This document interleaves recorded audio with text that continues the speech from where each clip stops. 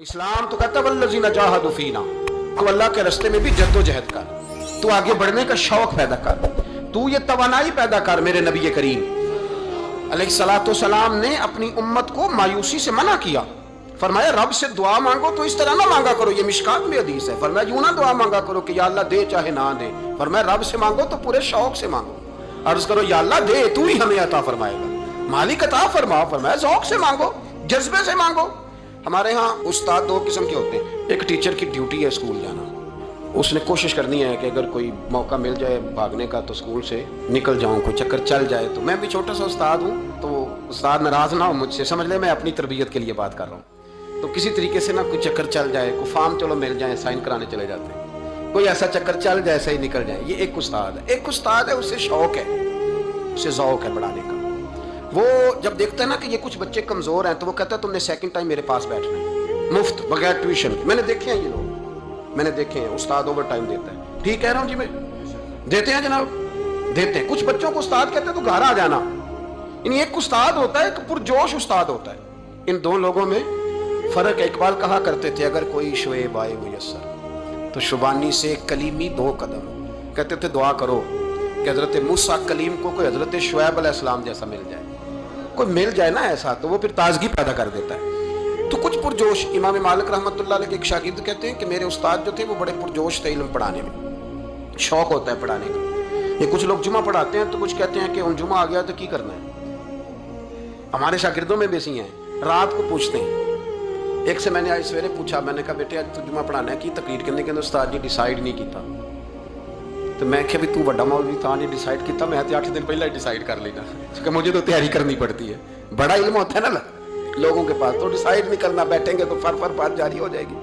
कहने लगा नहीं वो मैंने कहा खुदा के बंदे कहते हो लोग आखिर में आते हैं, तुम बताओ तुम तो तैयारी आखिर में शुरू करते हो, कुछ खुदा का खौफ करें भाई। एक उस्ताद होता है एक पुरजोश। इमाम मालिक के शागिर्द फरमाने लगे कि हमारे उस्ताद पढ़ाने में बड़े बाज़ौक़ थे, उनका जज्बा रहता था पढ़ाने का और किताब से वाबस्ता रहते, पढ़ना पढ़ाना मसाइल दरियाफ्त करना, ये शोबा है ना जी हमारा।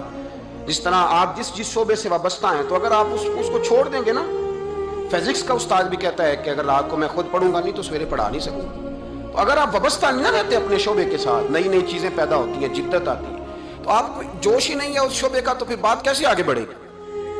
तो कहते हैं इमाम मालिक बड़े जब बीमार हो गए शदीद, तो शागिर्द कहते हैं मैं तीमारदारी करने गया, तो मैंने जब देखा तो मुझे चेहरा देख के समझ आई कि इमाम मालिक का आखिरी वक्त है, बड़े कमज़ोर हो गए और मैदे में और पेट में इतनी तकलीफ थी कि उन्हें दूध पिलाया जा रहा था चम्मच के साथ, प्याले के साथ, सिर्फ दूध पी सकते थे, कमज़ोर हो गए। फरमाते मैं जाके बैठा, जिंदगी में कभी ऐसा नहीं हुआ था कि मैं जाऊँ और इमाम साहब किसी दीनी मसले पर मुझ पर गुफ्तगू न करें। लेकिन आज मेरे दिल में ख्याल था कि अब तो इस वक्त तो होश ही नहीं रहती कोई आदमी। लेकिन कहते मैं जाके बैठा ही था कि इमाम साहब ने आंखें खोली, फरमाया माशाल्लाह आप आए, चलो यार मैं अभी कोई बंदा ही तलाश कर रहा था, एक मसले पे बात कर दी थी। कहते हैं लफ्ज नहीं पूरे अदा होते, उनके जुमले टूटते हैं, बेचारे कमजोर हो गए, बुढ़ापा है, एक मसले पर बात करनी थी। तो फरमाते हैं कि मेरा दिल ना इतना नरम हुआ कि मेरे आंसू बह गए। मैंने कहा इस हाल में भी उस्ताद जी आपको दीन की फिक्र है। कहने लगे यार एक आदमी ने मसला पूछा है तो उसको हल करके देना है, ये रसूलुल्लाह का दीन है, उलमा की जिम्मेदारी है आसान करके लोगों तक पहुंचाएं। हर आदमी इस तक तो मैंने वो देना है, ये मेरी वफा है अपने मजहब के साथ, आखिरी दम तक देना। मैं अपनी हयाती तो कुर्बान थी वहां, मेरी मोहम्मद बकींदे गुजर गई। ये करना है काम, लोगों को आसान करके दीन पहुंचाना। फरमाते हैं कि मैंने कहा उस्ताद जी फरमाए। कहने लगे यार ये हज के मौके पर जो रमी जिमार होती है, जमरे को शैतान को कंकर मारे जाते हैं, पूछना ये है कि दोनों तरह से सुन्नत है, पैदल भी मार सकते हैं सवारी पे भी, तो ये बता कि पैदल अफजल है या सवारी पे अफजल है। तो कहते हैं मैंने कहा उस्ताद जी मेरा ख्याल है पैदल अफजल है, लोगों को तकलीफ कम होगी। तो कहने लगे नहीं तूने गलत कहा, खाना नहीं खाया जा रहा, लेकिन अब उस्ताद हैं तो जोश कितना है। फरमाने लगे तूने गलत कहा। कहते हैं मैंने कहा फिर उस्ताद जी सवारी पे अफजल है अगर पैदल अफजल नहीं। कहने लगे नहीं तूने फिर भी गलत ही कहा है। कहते हैं मैंने कहा हुजूर दोनों तरह गलत है तो सही कैसे है। फरमाने लगे बेटे अगर इस बुढ़ापे में भी मैं मसला बताने में तेजी नहीं करता, तहकीक करता हूँ, तो तूने जवानी में तेजी करनी शुरू कर दी, सोचे ही नहीं बात को, फटाफट बयान कर दी कि अगर ये नहीं तो ये। हिकमत वाला है को समझना पड़ता है, हिकमत के साथ फैलता है। कहते मैंने कहा उस्ताद जी हुक्म करें, फिर आप बताएं कैसे अफजल है। फरमाने लगे मुस्तहब है, अच्छा अमल है कि एक शैतान को कंकर मार के तो दुआ मांगी जाए। اور اتنی دیر مانگی جائے جتنی دیر میں انسان 20 آیات قرآن پاک کی پڑھ لیتا ہے.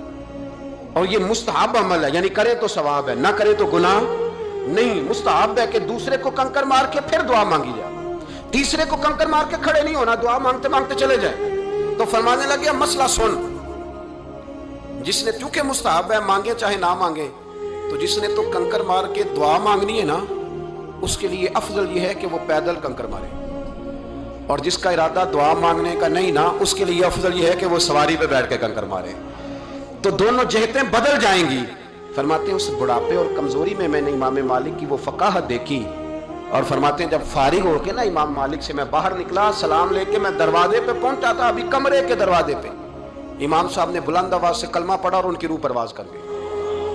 بلند آواز سے کلمہ پڑھا، روح پرواز کر گئی. اتنا دین کا جذبہ، شوق، اتنا طبیعت کے اندر درد دین کے لیے کہ آخری وقت تک مسائل دین میں غوطہ زنی، اس طرح کر کے امت کو آسان دین پہنچایا جائے.